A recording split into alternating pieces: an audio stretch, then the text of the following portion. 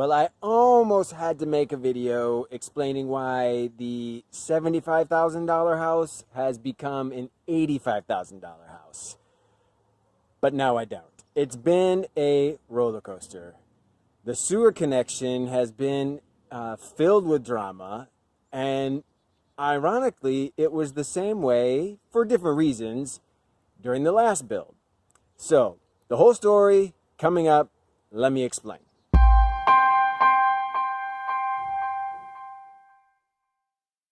All right, first, the current house and why I was able to avoid an unexpected expense for almost $9,000 that I spent a week trying to figure out how I would fit that in the budget. My contingency fund is not that big, so we were panicking quite a bit.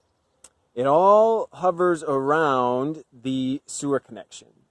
When we looked at the property and we looked at how sewer connections were on this street, all of my neighbors, that way, every neighbor on this street connects to sewer lines that go through the back of the property. Now, the property is very deep, 376 feet deep, and I walked back there and I found a sewer cleanout, which indicates that there's a sewer tap for our property. So I thought we were all set. I even saw, you can see here a little bit in the distance, there's a trench that someone dug maybe 20 years ago, going back in that direction. Doesn't go all the way, but I thought another indication that, hey, sewer is on the property, nothing to worry about. I'll pay my permit fees and everything like that. I'll probably have to, spring for a long length of run of pipe to get there, but it's there and no big hassle, right? So I go to get my permit and everything like that, and I explained this a couple videos ago, but REWA, which is the overarching sewer treatment organization here in Greenville County, they own the line that runs in the back of the property, and they did not want me to connect to it. They flat out refused permission, even though I begged, like I explained that all my neighbors there's already a tap. They thought for sure that tap, they have no record, first of all, of any of my neighbors being connected to their line, even though they are. And they figured that the tap I found actually was a clean out, or something like that, serving my neighbors. They think, they just figured I was an idiot homeowner or something like that. I knew that it was on our property, but they were very adamant that I could not go that direction and that I had to go to the sewer line in the street. Now, being that it was so far back there and that, the sewer line, like the house is closer to the street, I thought, hey, let's at least, let's not, make a big deal out of this whole thing. I don't like cutting the street, but, I have my excavator on site. We can cut the street. We can make the tap. And, I'll use some cold patch to fix the street or something like that. And so the day before I have my excavator coming to do I have to set up with the excavator and with the sewer company to the sewer district, the sub-district, to set up an appointment basically for us to expose the sewer line. They cut the sewer line, make the tap, and then I finish the rest from there. So I thought, well, maybe I should verify how deep it is. Long story short, they come out, we pop the manhole, we measure down, it's almost 14 feet deep. And here in South Carolina, in Greenville, we hit rock long before that. Up here where my excavator has been digging, see if I can, up here, we hit rock at 5-6 feet. So trying to get a sewer tap 14 feet under the road, we're for sure going to hit rock. That means we have to cut a giant amount out of the street because for safety reasons, and to make a hole that deep, you have to step it back, which means we're at 12 to 16 feet worth of road that we're cutting out, which cold patch isn't going to cut it. We're going to have to, and so basically I can't handle this myself. I've got to get quotes, from people. So I get a couple quotes. One comes in at $8,000. Another comes in at almost $9,000, and I am panicking at this point. I just have this awful feeling in my gut. There's no way that is you know, almost, there's more than 10% of my entire budget blown, just kill my budget, just, you know, just gone. And so I basically just refused to accept. Like I walked back, and let me show you. I guess I'm gonna turn it around, and I'm gonna show you firsthand exactly what's going on here and how I got around it. All right. All right, we still have a little bit more dirt coming tomorrow. Actually, we're gonna fill in just a little bit more to make this slope more gradual, but this in here is where the house goes. All right, and so they want me to bring the sewer line out to the street. Problem is, it's 14 feet deep. So that is an incredible expense and a big hassle, and why they didn't install a sewer tap for this property when they put this sewer line in is a big question. But all of my, as I said, all of my neighbors, so I went and verified this house here and the next house and the next house, they all have their sewer lines, and their cleanouts are on the back of their house going to, we got this all cleared out now. Well, not all the way, but you can see here, someone dug this trench. We've been using it to kind of, we're going to be filling it in because I don't really like the where that is. That goes to where the low spot on the house would be, and I want the sewer line to come this way. Now that I won the battle. So originally I found a clean out that's more like 300 feet from the street. But then as we were clearing out here, I found another one. And I was desperate. So I just started digging, uncovering stuff. Back there you can see a little bit of red dirt. That's where the first one I uncovered, and found out that the line keeps going. And then I found this one.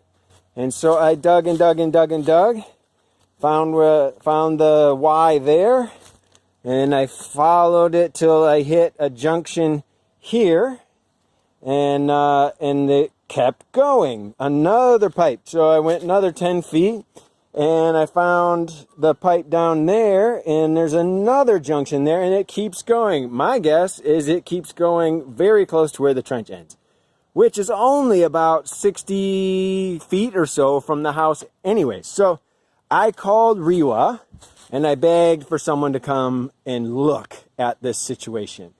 And they gave in. They sent someone out, and they verified this clearly is on my property. And they verified that this line goes to and connects to one of their manholes. And because of the situation of how deep the sewer line is in the street, they the engineer that I was working with, she took pity on me and made a recommendation to her supervisor that they allow us to connect, even though they have no record of any of these houses being connected. And that is it's a big sewer line in the back that collects a couple of different sub-districts, and, you know, and runs all the way to theirs. So, but they gave in, and we have permission. I have the official form to use this tap that's already on the property. I don't even have to lay that much pipe, and I have escaped a nearly $10,000 expense, because that quote for $9,000 didn't include if they hit rock, which they almost certainly would. So it could have been 12, 13, 14. I mean, it could have been even more than 9,000. So that's the story with the sewer connection drama. The last house we built also had issues connecting with the sewer, which, you know, these things can happen, and it's like I'm telling you these things, and I'm telling you the whole story so that you just prepare. And also don't just take, when you run into problems, don't just, you know, accept the first thing that someone tells you, because they're not out here on your property. They don't necessarily know. They're going by their records or whatever, and it's not necessarily their fault. But sometimes you have to get a little pushy, in order to solve problems. That the last house, we were at the end of a cul-de-sac, and the sewer, where they marked the end of the sewer, according to their map, should have been 20 feet or so in from the street, and that's where they marked it. And yet, when we dug and dug and dug and dug, we didn't find it. And they would not help us beyond saying that that's what their map says, that's where the sewer should be. Never mind the fact that we also were forced to build through the late fall, winter, and early spring, which means in a place where there was a very high water table, which means every time we dug, the holes filled up with water. We just couldn't find it. I ended up having to hire someone to send a camera drone like through the sewers to find our tap with a little GPS thing on it and go to the end, and so that we could find it. Turns out they didn't plan, whoever put it in didn't realize it was supposed to be a cul-de-sac, so they only ran it as far as like a normal street would go. So it was a good like 12 feet short of where they were marking it. That also meant that it was directly under the electric, the gas, the cable, and the phones. And which means it was incredibly hard to dig, and we ended up having to, because as soon as we would dig it, it would fill with water. We ended up having to pay like $2,500 in to a company to come and de-water. I'll throw a picture in so you have some idea of what that means. To de-water the zone where we would dig. And then, I mean, I must have paid for 3 or 4 fruitless days of my excavator's time trying to find it. And it was just a huge hassle, a huge pain in the butt, and probably, you know, a good, I don't know, somewhere between, I don't have the numbers right now, but $4,000 to $6,000 extra dollars just to connect the sewer at that house.